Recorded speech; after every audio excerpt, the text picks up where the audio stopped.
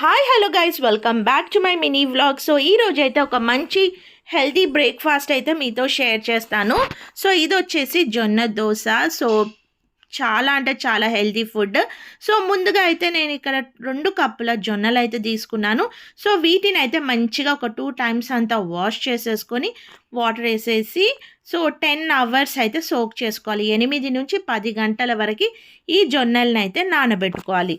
So ఈ జొన్నల్ని నానబెట్టేసుకొని ఇప్పుడు వచ్చేసి ఒక 1 కప్ అంతా మినపప్పు తీసుకొని ఇందులో ఒక హాఫ్ టేబుల్ స్పూన్ అంతా మెంతుల్ని కూడా వేసి వీటిని కూడా ఒక మంచిగా 2 టైమ్స్ అయితే వాష్ చేసేసుకొని ఈ మినపప్పును వచ్చేసి 4 గంటలు నానబెట్టుకోవాలి. సో జొన్నలను వచ్చేసి 10 గంటలు నానబెట్టుకుంటే మినపప్పు వచ్చేసి 4 గంటలు అయితే ఇలా నానబెట్టుకోవాలి.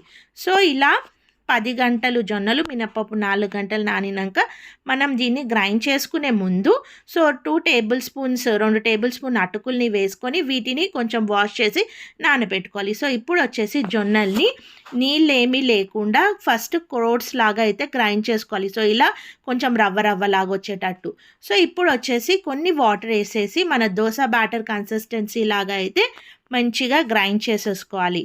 సో ఇప్పుడు జొన్నల్ని గ్రైండ్ చేసుకున్నాక ఇందులోనే మినప్పప్పు అండ్ ముందుగా నానబెట్టుకున్న అటుకుల్ని కూడా వేసుకొని వీటిని కూడా మంచిగా స్మూత్ కన్సిస్టెన్సీ వచ్చే వరకు మంచిగా గ్రైండ్ చేసేసుకొని ఈ జొన్న బ్యాటర్ అండ్ మినపప్పుని రెండింటిని కూడా ఇలా మిక్స్ చేసేసుకోవాలి మంచిగా వీడియో క్లిప్పింగ్లో చూపించిన విధంగా.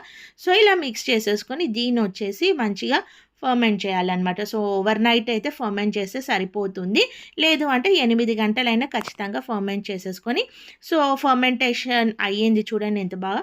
సో దీని జొన్న దోశలాగా వేసుకునే ముందు రుచికి తగ్గట్టు ఉప్పు వేసుకొని అండ్ అలాగే వాటర్ని కూడా వేసి దోశ బ్యాటర్ లాగా అయితే మంచిగా మిక్స్ చేసేసుకోవాలి. సో ఇప్పుడు వచ్చేసి పెనం పెట్టేసి అందులో ఒక 2 డ్రాప్స్ అయితే ఆయిల్ అనేది వేసి సో ఆనియన్ ఉల్లిపాయతోని మనము ఈ పెనంనంతా కూడా మంచిగా ప్యాన్ని అయితే మంచిగా గ్రీస్ చేసేసుకోవాలి. సో ఇలా గ్రీస్ చేసేసుకొని సో ఇప్పుడు వచ్చేసి ఈ బ్యాటర్ని దోశల్లాగా అయితే వేసుకోవాలి. సో ఈ దోశల్లో వచ్చేసి మంచిగా మనకి డయాబెటీస్ కంట్రోల్ అవుతుంది అండ్ ఇంకా వెయిట్ లాస్కి చాలా మంచిగా యూజ్ అవుతుంది. డైజెషన్ ఇంప్రూవ్ అవుతుంది, గ్లూటెన్ ఫ్రీ ఉంటుంది అండ్ ఇందులో వచ్చేసి స్పెషల్లీ మనకి బ్యాడ్ కొలెస్ట్రాల్ని అయితే తగ్గిస్తుంది అండ్ రిచ్ ఇన్ న్యూట్రియంట్స్ చాలా రిచ్గా ఉంటాయి అండ్ మనకి స్పెషల్లీ లాంగ్ లాస్టింగ్ ఎనర్జీ అనమాట.